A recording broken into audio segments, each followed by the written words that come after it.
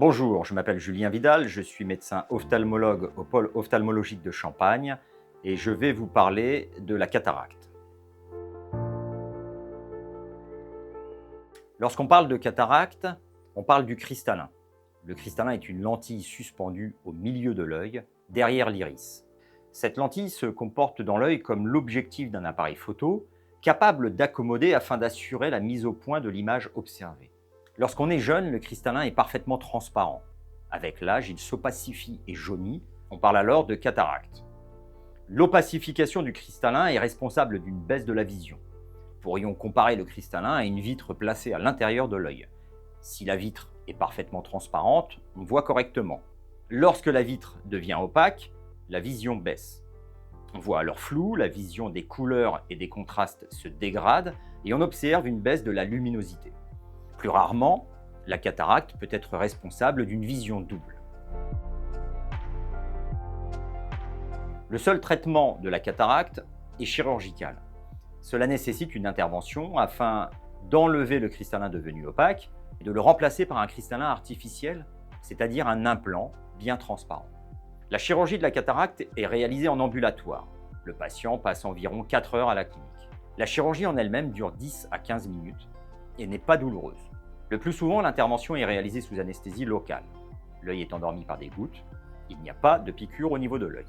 Cette anesthésie locale est associée à une sédation qui fait intervenir l'anesthésiste. Celui-ci passe dans la veine du bras un produit pour détendre, pour faire somnoler, afin que l'intervention soit confortable, à la fois pour le patient et pour le chirurgien. L'anesthésiste assure également le suivi du patient pendant l'intervention et après l'intervention en salle de réveil. Comme pour toute opération, le patient doit être à jeun, c'est-à-dire ne pas boire, ne pas manger, ne pas fumer au cours des 6 heures qui précèdent l'intervention. Le patient doit également prendre une douche à son domicile le matin de l'intervention en veillant à bien laver les cheveux et le visage. Aucun produit cosmétique ou crème hydratante ne doit être appliqué sur le visage le jour de l'intervention. Le cristallin se trouve à l'intérieur d'une enveloppe, d'un sac qu'on appelle la capsule. La chirurgie de cataracte consiste à ouvrir cette enveloppe dans sa partie antérieure, à fragmenter et à aspirer le cristallin, à bien nettoyer l'enveloppe résiduelle et à placer à l'intérieur de l'enveloppe le cristallin artificiel. L'intervention est réalisée à travers une petite incision de 2 mm située au bord de la cornée, sous la paupière supérieure. On réalise ensuite une ouverture circulaire de l'enveloppe du cristallin afin d'accéder au cristallin. Le cristallin est fragmenté, aspiré, à l'aide d'une petite sonde dont l'extrémité vibre sous l'effet d'ultrasons. L'enveloppe est ensuite soigneusement nettoyée avant d'y placer l'implant. Le matériau de l'implant est souple, ce qui permet, à l'aide d'un injecteur, de l'enrouler pour le passer à travers la petite incision cornéenne. Une fois dans l'œil, l'implant se déplie. Il est alors aussitôt positionné à l'intérieur de l'enveloppe, à l'endroit où se trouvait initialement le cristallin. L'intervention est alors terminée et ne nécessite pas de suture. Après réalisation d'une injection d'antibiotiques et application d'une pommade anti-inflammatoire, une coque transparente est placée devant l'œil. Il est demandé au patient de ne pas y toucher jusqu'au lendemain matin de l'intervention. La coque peut alors être retirée afin de débuter le traitement par collyre. La coque n'est ensuite portée que la nuit jusqu'à la consultation post-opératoire. La récupération visuelle est en général rapide après l'intervention.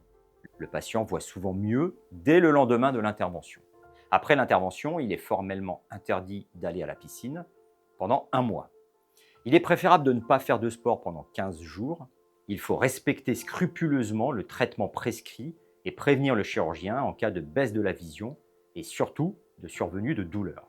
Il est autorisé de regarder un écran, de marcher, de prendre une douche, y compris de se laver les cheveux et le visage. Contrairement aux idées reçues, il est possible de se pencher en avant et de s'exposer à la lumière du soleil. Grâce à la chirurgie de la cataracte, il est possible de corriger les défauts visuels, à savoir l'hypermétropie ou la myopie, mais aussi l'astigmatisme et dans certains cas, la presbytie. Pour cela, lors de la consultation préopératoire, l'ophtalmologue réalise des mesures très précises de l'œil afin de calculer la puissance de l'implant nécessaire. On parle de biométrie oculaire. Selon les défauts visuels du patient, mais aussi selon ses habitudes et les exigences visuelles propres à chacun, l'ophtalmologue déterminera l'implant le plus adapté en tenant compte d'éventuelles contre-indications. En effet, en cas de maladie oculaire, comme par exemple une DMLA, un glaucome ou encore un kératocone, certains types d'implants peuvent être contre-indiqués. Si vous avez besoin d'informations complémentaires, vous pouvez consulter notre site internet. À bientôt au pôle ophtalmologique de Champagne.